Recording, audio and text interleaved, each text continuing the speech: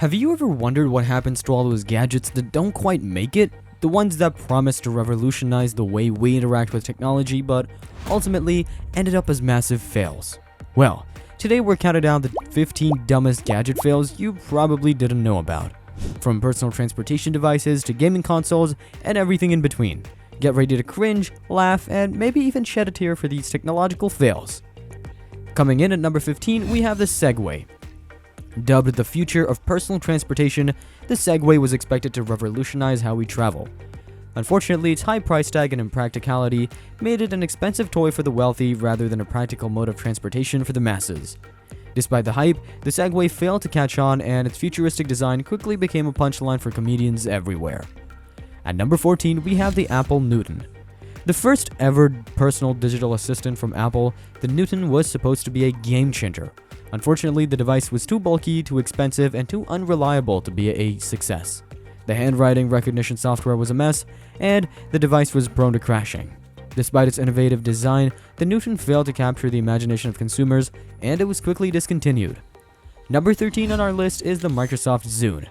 Touted as a serious challenger to Apple's iPod, the Zune failed to live up to the hype due to poor design choices and a lack of app support.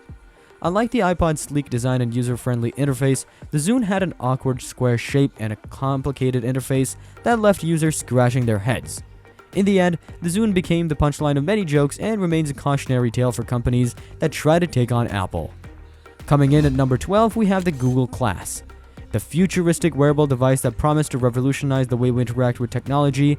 It was supposed to make us all look like cyborgs and give us a glimpse of the future, but unfortunately the high price tag and privacy concerns left most consumers cold.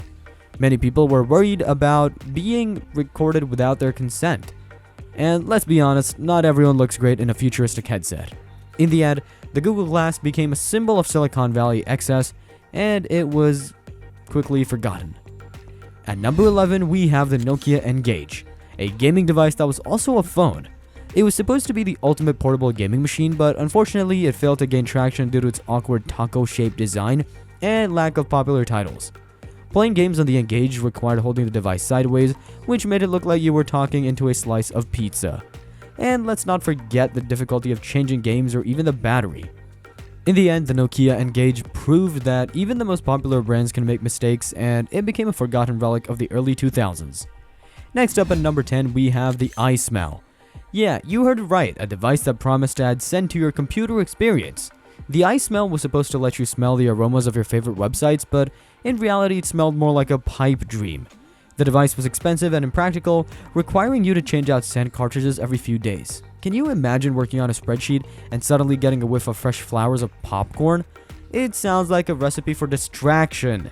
In the end, the ISmell proved that not every idea can be a winner, and it quickly faded into obscurity. At number 9, we have the HP Touchpad, the tablet that was supposed to take on the iPad and win. Unfortunately, the Touchpad was widely panned for its slow performance and lack of app support, which led to its discontinuation just 49 days after its launch. To put that into perspective, that's less time than it takes to grow a pumpkin. The Touchpad became known as the ultimate flop in the table market, and its sudden discontinuation left many consumers scratching their heads. In the end, the HP Touchpad proved that even the biggest companies can make mistakes, and it remains a cautionary tale for anyone trying to take on Apple. If you've been enjoying our list so far, make sure to hit that like button and subscribe for more content like this. We've still got some jaw-dropping tech failures to reveal, so don't go anywhere just yet. Coming in at number 8, we have the Sony Betamax. Betamax, the video cassette format that could have been king.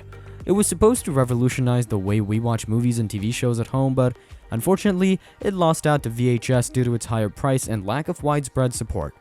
It was like showing up to a party wearing a tuxedo while everyone else was in shorts and t-shirts. Betamax was known for its superior picture quality, but the tapes were more expensive and harder to find. In the end, Betamax became a niche product and a punchline for anyone who remembers the 80s. Who knows? If things had gone differently, we might all be watching our favorite movies on Betamax instead of streaming them on our smartphones. At number 7, we have the Motorola Roker, the phone that was supposed to be a collaboration between Motorola and Apple. It was supposed to be the ultimate music phone, but unfortunately it turned out to be more like a one-hit wonder. The Roker had limited capacity for storing music, which meant that users could only store about 100 songs. The Roker was also known for its clunky design and lack of innovation, which made it unappealing to consumers. In the end, the Motorola Roker proved that even a collaboration between two tech giants can lead to a dud. At number 6, we have the Amazon Fire Phone, the smartphone that was supposed to be a game changer for Amazon. The Fire Phone was widely criticized for its lackluster design and its inability to compete with other devices on the market. It was like showing up to a sports car race in a golf cart. The Fire Phone was also known for its exclusive features that were not particularly useful, like dynamic perspective, which allowed users to tilt the phone to see different angles of the screen. It was like trying to reinvent the wheel by adding extra spokes. In the end, the Fire Phone was a failure and a reminder that not every company can succeed in the cutthroat world of smartphones. At number 5, we have the Virtual Boy, the ill-fated gaming console from Nintendo. The Virtual Boy was supposed to be the future of gaming with its revolutionary 3D graphics and immersive gameplay. Unfortunately, it turned out to be more like a headache-inducing disappointment. The Virtual Boy was known for its poor graphics and lack of popular titles, which made it unappealing to gamers. It was like watching a movie in 3D without the glasses. It just didn't work. In the end, the Virtual Boy was a reminder that even the most innovative ideas can fail if they don't deliver on their promises. At number 4, we have the LaserDisc, a video format that was supposed to be the future of home entertainment. The LaserDisc was a significant improvement over VHS in terms of picture and sound quality, but it had one major flaw.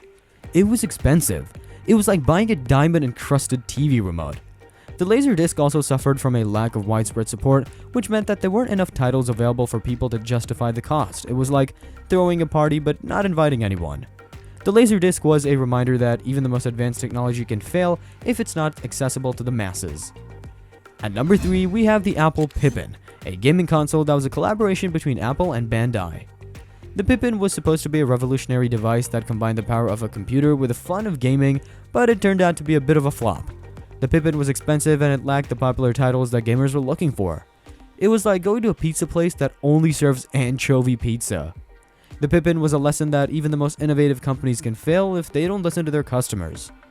Coming in at number 2, we have the Sony MiniDisc, a digital audio format that was supposed to be the future of music. It was like a CD but smaller and more portable, and it was supposed to replace cassette tapes. Unfortunately, the MiniDisc was too expensive and people just didn't see the need to switch from their trusty old cassette tapes. It was like trying to convince people to switch from the old flip phones to the newest smartphone. It just didn't make sense to most people, and as a result, the MiniDisc was a failure. And finally, coming in at number 1, we have the 3DO, a gaming console that was supposed to be the future of gaming. It was more powerful than any other console on the market, but it came with a hefty price tag, and it just didn't have the support for game developers that it needed to succeed. It was like the kid in high school who was really smart and talented, but just couldn't make any friends. People knew it had potential, but it never caught on, so unfortunately, the 3DO was a complete failure and now is just a relic of gaming history. And that's it for our list of the biggest tech flops of all time. Which one did you find the most surprising? Let us know in the comments below. If you enjoyed this video, make sure to hit that like button and subscribe to the channel for more interesting tech content.